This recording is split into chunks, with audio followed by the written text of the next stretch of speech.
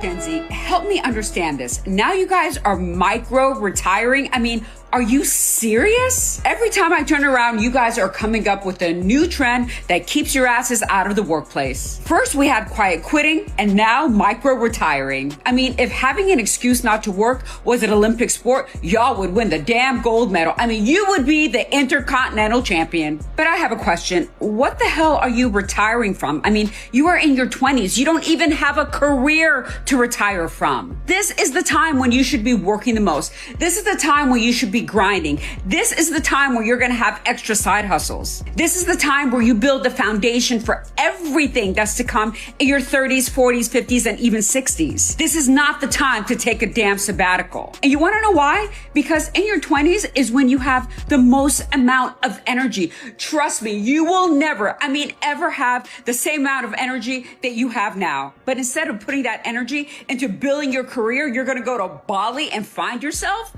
Give me a break. Now, you may think that this is a great idea because you want to avoid burnout, but let me tell you something. The only thing that is burning out is your career. First of all, 60% of employers will not hire someone that has gaps in their resume. They don't want someone that's just going to be there for 2 or 3 months and then just leave for another 2 or 3 months to go find themselves. Plus, you are torching your financial future. Aren't you guys the generation that keeps talking about how you don't have any money to buy a house, how everything's too expensive, how you guys can't afford anything? If you're not working, you're not contributing to your 401k. You're not putting money toward your investments. You are not saving. And the difference between starting to invest in your 20s versus your 30s could be up to $1 million. Yes, $1 million. And don't even get me started on momentum. You are out here manifesting on the beach while your peers are snagging up skills and promotions. And when you come back, they're going to be your boss and you will be in an entry-level position. Cute? I don't think so. So instead of worrying about retiring in your damn 20s, take that energy, build your career, stack coins, build your skills so that when you're 60, you're laying on the beach because you want to, not because you don't have any other place to go. Get to damn work. Patty aside, letting they bleeps know, okay? Yes, letting them know. Patty aside, financial literacy expert. That was amazing, first of all. Thank you. Yeah, you kept it all the way real. Where did this ideology of micro retiring even come from? Well, Gen Z has all these trends, anything not to work, anything. So first we had like quiet quitting, now we have micro retiring. And it's basically, so you're gonna work for a few months and then you're gonna take a few months to a few weeks off and then start over. And they're doing it to prevent burnout, but the only thing that's burning out is their financial future, and they don't understand this. Yeah. So how are they able to take these breaks? Are they getting full-time jobs and just leaving, or? They don't even care. Okay. They do not care. They're just like, I'm just gonna take a break, and if you hire me back, great. If you don't hire me back, then I guess I'll try to find another job. What's the danger of doing this? There's so many dangers, but here are the top 3, okay?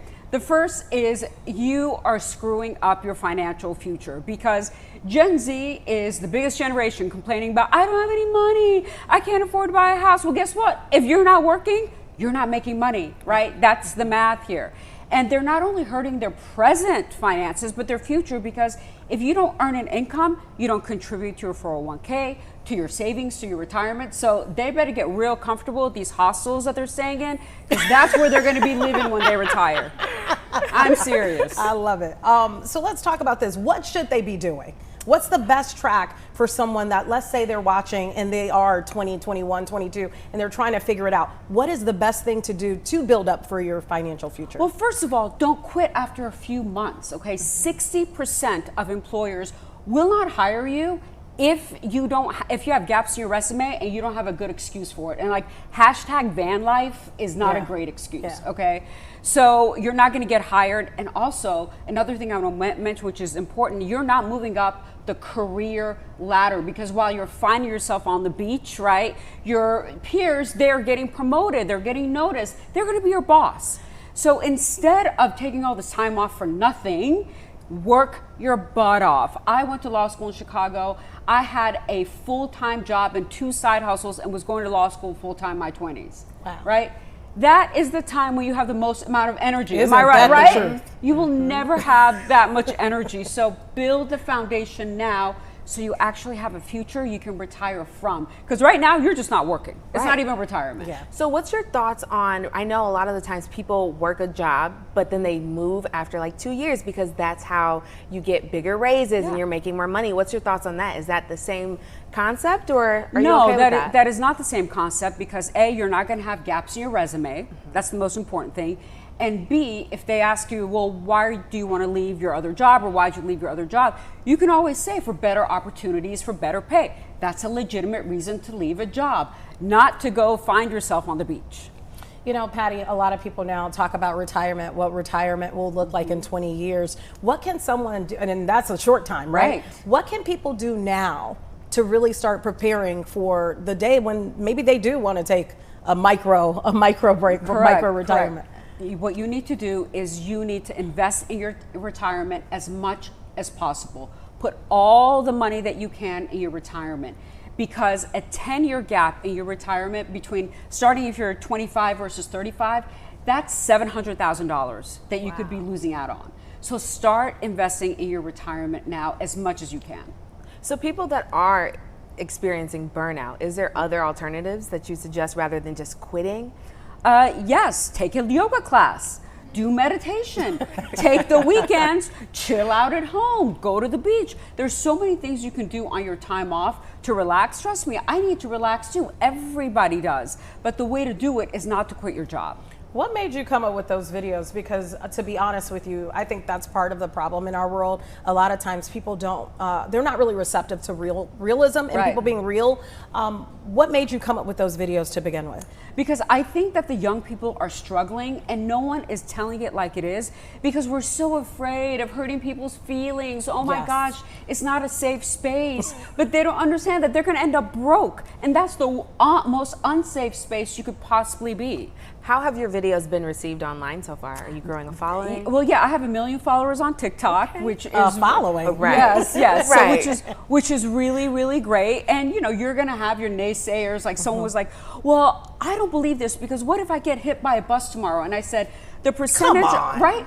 The percentage of you," this was my reply, "the percentage of you getting hit by a bus is close to 0. The percentage of you ending up broke in your retirement is 90% if you keep this up. So do the math." Let me ask you something. What can people really do? Because I'm gonna be honest with you, you know, sometimes I think about this and I'm like, okay, what will my retirement really look like? And some days you do. I mean, you do feel burned out. You do want to retire tomorrow, but it's not realistic, right? What do you do to avoid, you know, being 70 and being the cashier possibly at 7-Eleven if you don't want to? It's one thing if that's something you want to do, but you don't want to. Right, but we just go back to investing. People don't understand how important investing is. Do you know that 66% of millionaires in this country have never earned more than $100,000 in their entire lives? They did it because they saved, they invested, they didn't have the fancy cars, they didn't have the fancy clothes, they didn't have the fancy watches, which are depreciating assets, right? They always invested in appreciating assets. You know, poor dad next door, rich dad next door. Those concepts are really, really important. Stop trying to floss. Stop trying to impress everybody with all the stuff that you don't need. Put that money in your retirement. Yeah. So I like that. I love that. I love that. So what would you say about Gen Z having different types of jobs? So nowadays, instead of having your traditional jobs where you're in an office, what about content creation and doing things like that? Would you suggest that? And a lot of that does come with flossing. Because you have to pretend. It's the right. put on. That is very true. One thing that people understand, and this is why I have 1 million followers on TikTok and 8,000 on Instagram. Okay. So we're the reverse here. Right. Yeah. Is because I don't floss. A lot of stuff that you see on Instagram. That's why I like TikTok better. It's just people's flossing. These curated lives. And what they're doing is they're spending all their money on buying all the stuff, right?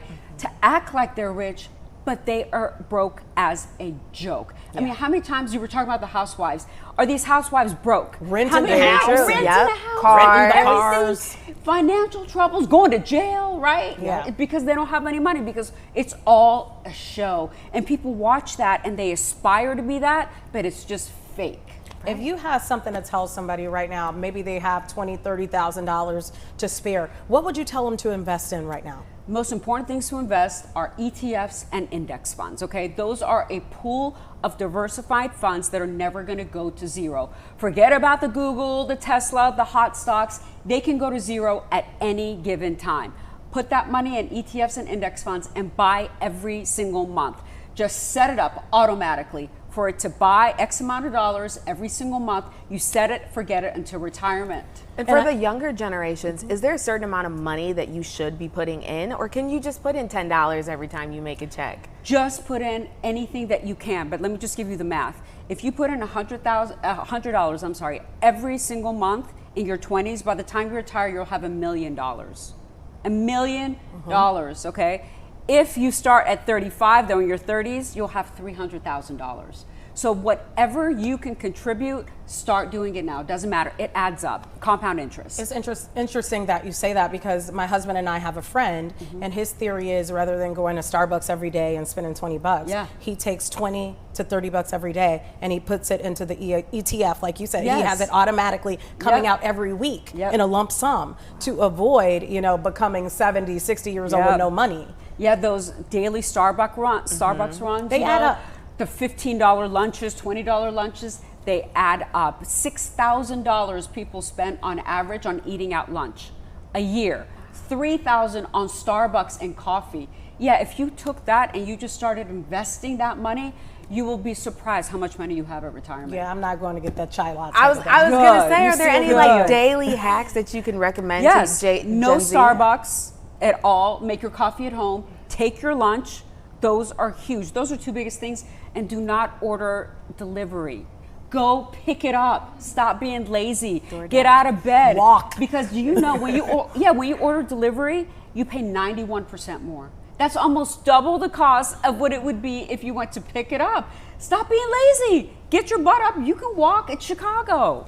Yeah, but these apps that's how they're really making their money. Absolutely. They know that we're lazy. They know that we'll order online and all this other stuff. I just delete those apps. I literally That's another good hack. Delete those apps. I delete those apps. I delete anything that, all the sale things, all the emails. I unsubscribe from all of them because I don't want anybody to tempt me to do stuff that I'm not supposed to do with my money. Wow. So it's interesting that you say you delete the apps and you get rid of the emails. It's Prime Day. Is there any tips that you can give people to not waste their money? Yes. Okay. Don't shop. Don't shop. Don't check your email. But essentials. Only buy essentials. Okay. So on Prime Day, things are really good, like tech essentials that you've wanted. TVs, things like that are really good time to buy at Prime. And if you go on Prime, actually, it'll tell you everything that you've bought, and if they're like 10% off, 15% off, and those are essentials that you're buying, that's okay. But you don't need that glow-in-the-dark pool floaty, that kind of stuff. Like, who needs that? Stop blowing your money on that kind of stuff. Where can people that are watching right now find you? What is your hashtag? What is your name? Yes, at Duchess of Decorum on TikTok and also on Instagram. And I have a book that just came out, Never Date a Broke Dude, The Financial Freedom Playbook. Yes. Wait, do you mean that literally never date a brokey? Oh, yes. Why would you ever want to date a broke dude? No, I'm just asking. For sure. I agree. Well, I definitely mean that. But the book is about teaching women financial independence and financial freedom. It's not really just about dating a broke dude. It's a funny title. But but you want to build your own financial independence so you don't have to rely on a man, because anytime I've relied on a man for anything, I've been very disappointed. So guess what? I am going to rely on myself. I like that. That's amazing. Man, you break it. We need you back. I'll come back anytime. Yeah, we need you to come back. You were absolutely excellent. Love it. Thank you got any more questions, Justine? Honestly, I have so many questions. I can sit down here and talk to you for ages. Okay, so if you had to go back to your early 20s, what would you do differently? That's a good question. I would stop waiting for a prince to come rescue me. Okay. That's what I would do. And build it yourself. And build it myself. Yeah. We have been brainwashed to believe as women that we need to be rescued, that our entire self-worth and self-value is dependent on a man coming and rescuing us, and that's just not it. We need to build the life we want for ourselves, give ourselves what we want, so that we have self-love. That's the biggest form of self-love. It gives you options, it gives you freedom, it gives you choices. So stop waiting for a prince, because he ain't coming. And even if he does, he may not stay. No, right? he may not stay. Now, Never Date a Broke Dude. How do they get your book? Is it on your website? Yes, it's on my website, but on Amazon, on anywhere where you get your books. You can get it on Barnes & Noble, anywhere, yeah. Perfect. All right, Patty Asai, it has been absolutely wonderful having you here, and hopefully we'll have you back. I would love to come Yes. back. All Thank right. you for having me. This All was right. fun. Thank you. Stay